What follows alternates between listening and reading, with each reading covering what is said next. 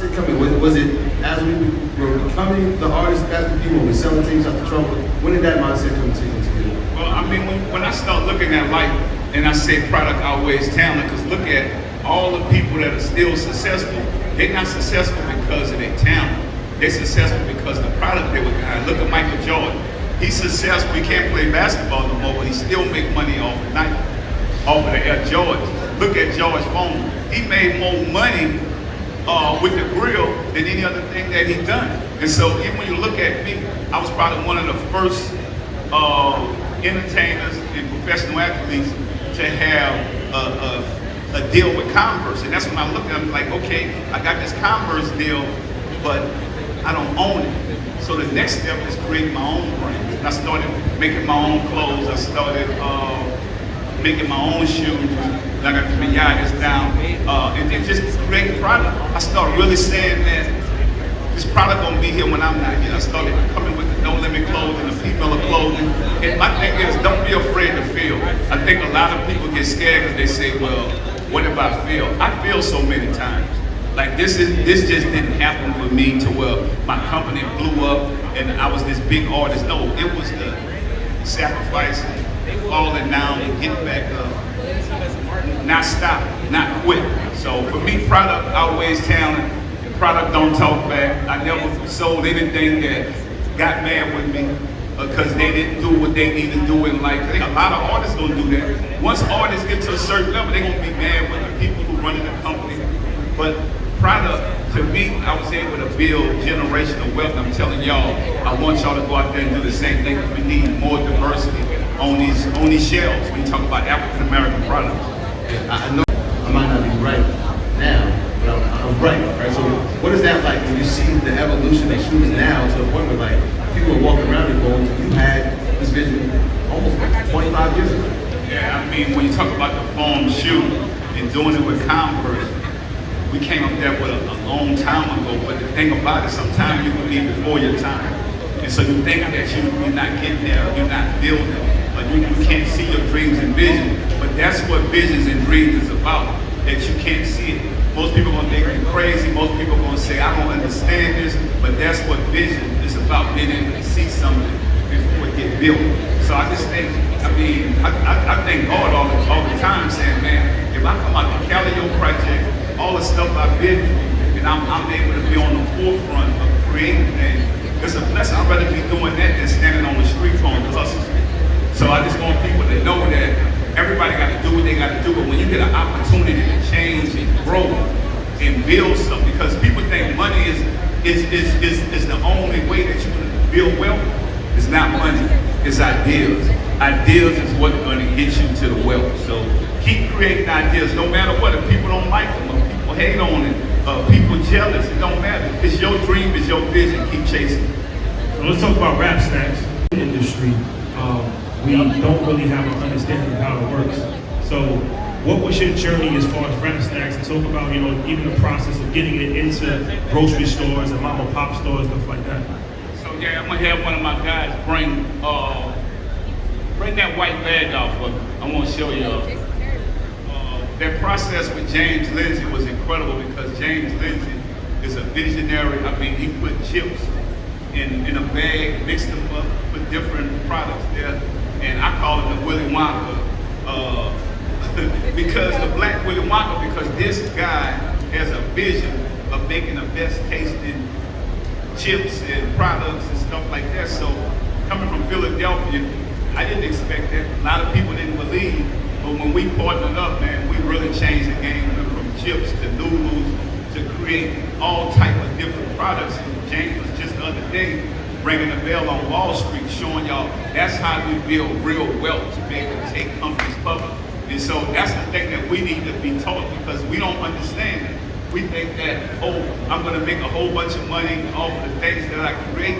But if you look at Elon Musk, he made his wealth off taking his company public. And that's when, because we invested into those companies. Think about it, without us not investing into those companies, these guys wouldn't be where they are. And we can start young, or we can start old, it don't matter. Like my thing is get these ideas and keep going, because Elon Musk created PayPal in college. So why we can't? How come we can't create these brands? These are family names. Y'all think that we buying Gucci and all this different stuff. We buying family names that's been passed down from generation to generation to generation, and we get none of it and put no investments back into our hoods, into our communities. We have to change that narrative, and then we got to start by understanding and being educated. And that's what we want to do with the products that we're creating. Educating the culture. And people always tell me all the time, well, P, you got noodles, how much sodium in it? I'm like, well, how much sodium in the noodles you buying already? At least let us get our product onto the shelves, and then we can make more healthy alternative products for our people and our customers. We're going to buy it anyway. Think about it. We go buy their noodles, we go buy their cereals, we go buy their chips, and then we hate on us because we figured it out. So think about it. We got to stop that. Once I get into the game and add some diversity into these shelves, then we'll be able to make other products that we can put into whole foods to where people want to buy healthy alternative products. But think about it, when you go in those stores, you buy what they've been selling us for over 100 years. Think about it, y'all. We've been buying Aunt Jemima, Uncle Ben, thinking that we own it. And this was straight mockery of our culture and our people for over 100 years. So we have to change that narrative, and we're going to do that by creating products and brands to build economic empowerment. Y'all, when we work together, we can change the world, because on every corner and every block, they own something where they working together. They're not killing each other. They're not destroying their communities.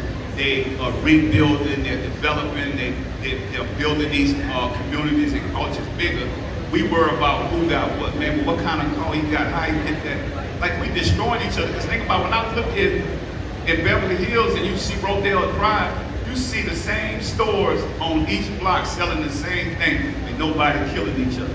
So when we work together, we are dangerous. We spend trillions of dollars a year, but we own nothing. So we have to change that narrative. And that's what we're talking about when we talk about assets and liabilities. Okay, how many assets you have in liability?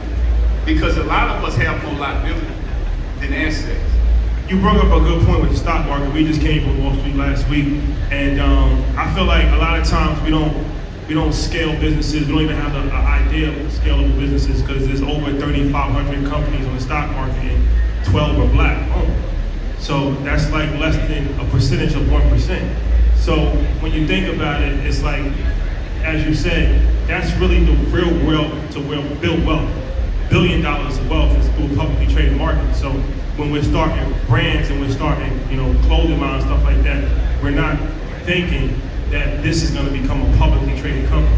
We don't even have the idea because there's so little vision for it. Is that your idea, to actually take your company public one day? Yeah, I mean, think about this, y'all. When we look at Fortune 500 companies, we make up a 10th of 1% of all the Fortune 500 companies. That's why when you look at it, but look at the workers.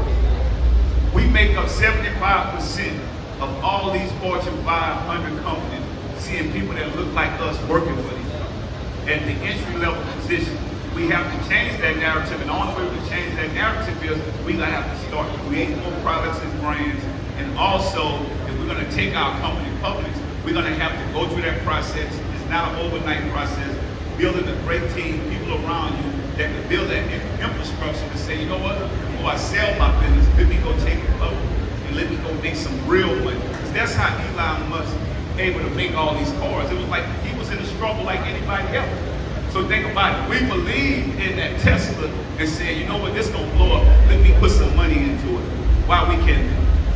But we have to change that narrative. We got to start believing in each other and trust the process and let us grow these brands. Because at the end of the day, we're in a community. The more we make, the more we give. That's our model. These companies been building these big brands, and it's not going back to our community and our culture. That's why we are destroying our communities and our cultures, because we are scared, we're desperate, we don't know what to do. And so, I mean, you don't have to be the smartest guy in the world. I wasn't the smartest guy in the world. So think about this.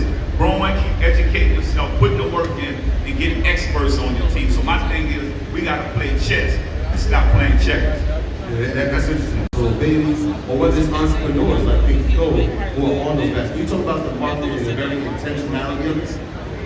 Yeah, so my thing is, we bossing up, we create future bosses, we're giving opportunities to people in the community to be a part of this and take this journey with us, because we don't want to be the only people with our products on the shelves. We want it to be thousands of people that look like us.